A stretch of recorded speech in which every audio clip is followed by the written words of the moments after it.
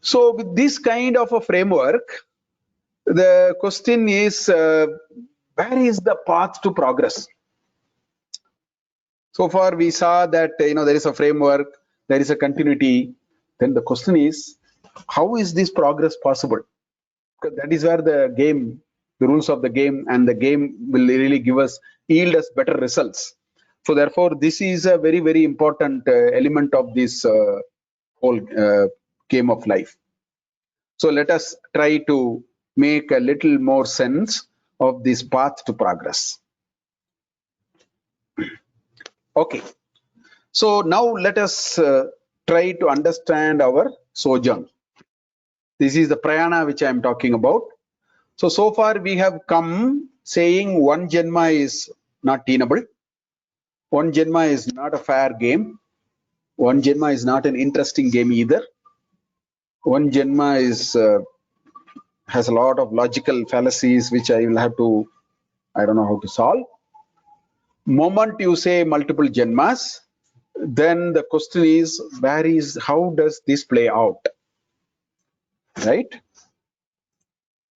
So let us start a Janma. The Janma begins, child is born. I mean, it is so amazing. I do not know how many of you thought about it. Suppose you go from here, Bangalore, you are going to, let us say, some other place, Bombay, Boston, somewhere you go. You actually carry a bag, luggage, because for your stay, maybe a month stay, maybe a week stay, whatever, for that stay, you carry something with you. And what do you do? As soon as you go, you check in a hotel, or you go to your relative's house, your father's house, whatever. What you do? First, open that suitcase. You don't take everything out of it. In the first 2 hours, you would have taken only the toothbrush and the toothpaste. In the next 1 hour, you would have taken only a bath towel and a soap. That's all you would have taken. The suitcase is intact. In the same way, when a child is born, it brings actually a suitcase. With the suitcase, we will see later.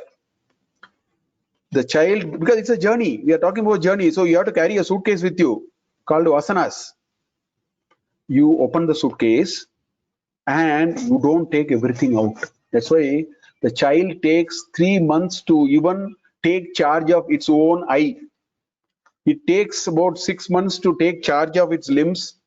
It takes a year to get up. So it takes about 2 years to take charge of things, to start vyavahara in the world. As much as we want some time to start using the material we brought in the suitcase. Same thing. So the Janma begins. Reflect on these ideas. These are all very important ideas to reflect on. So the Janma begins. In every Janma, we bring a guna and a karma.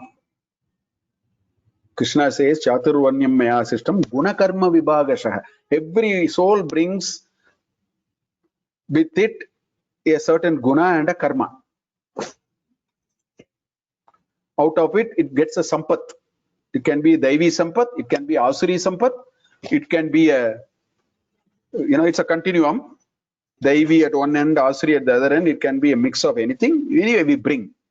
And because of that, we belong to a certain varna. Varna we are going to discuss in one of the future classes. Very important concepts, completely misunderstood and used badly. So, because of a certain guna and karma, I come with a certain varna, because that's very natural for me. I also bring a certain kind of shraddha. These are all the debit credit balances I bring when I step into this Janma. And what do? I get into all kinds of activities till I drop and die. I keep doing all kinds of things. Let it be any kind of activity, including eating and shouting at somebody, talking ill of somebody, doing good things to somebody, working in an office, cooking your meal, helping others. It can be anything. Janma is full of activities. That's one way to understand Janma. Okay? And very interestingly, we have a free will. This is a unique endowment only to human beings and nobody else. This is a very unique endowment for human beings. Nobody else is endowed with that, called free will, which means you can decide what to do. I'll give an example, then we'll understand.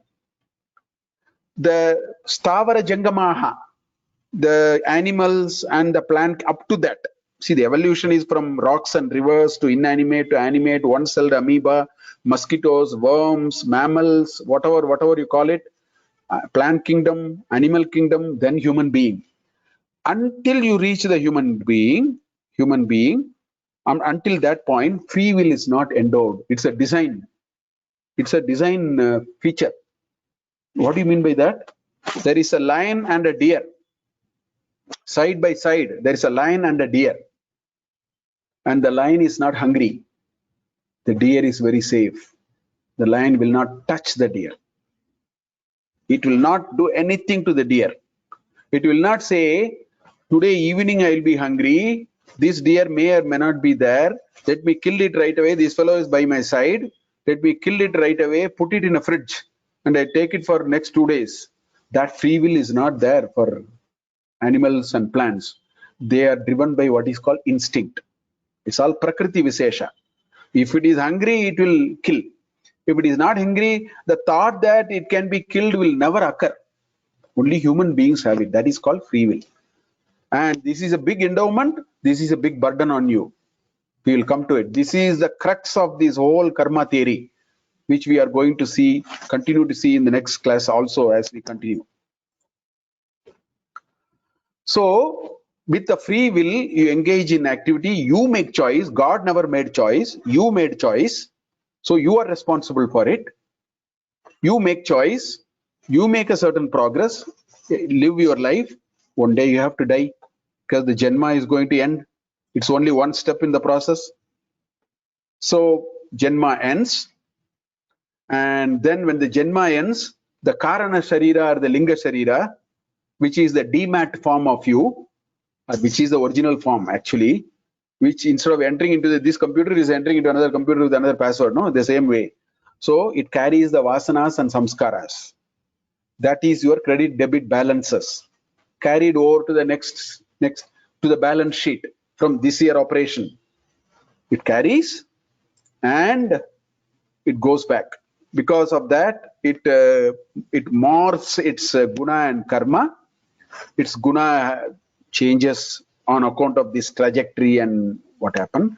So this yellow color block that you see here, this yellow color block is a repeating cycle. Janma begins, Janma ends is a repeating cycle. The starting point for the repeating cycle is guna and karma. The ending point for this repeating cycle is vasanas and samskaras. In other words, if you put it in simple accounting terms, the starting point is your raw material plan with which you came, and the ending point is your credit and debit balances, which is carried over to the next year. This is our journey. This is the first building block of our journey. And this is very elaborately explained.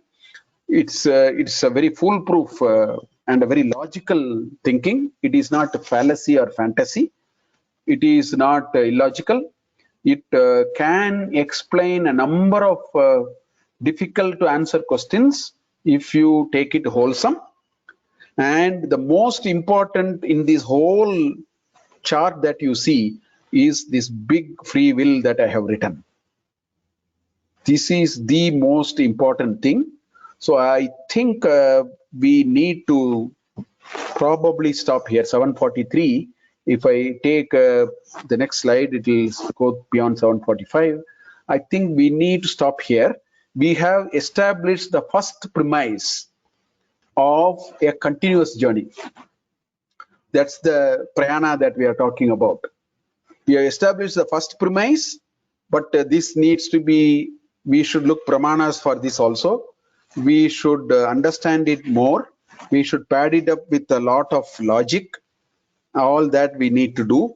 If you read your scriptures, you will find plenty of ideas which will try to explain this particular thing. So therefore, with this thing, we will stop here for the day, and with the Shanti Mantra we will stop and then continue in the next week. Om Purnamada Purnamidam Purnat Purnamudachyate Purnasya Purnamadaya Purnameva Vasishyate. Om Shanti Shanti Shanti. Hari Om Shri Gurubhyo Namaha. Hari Om.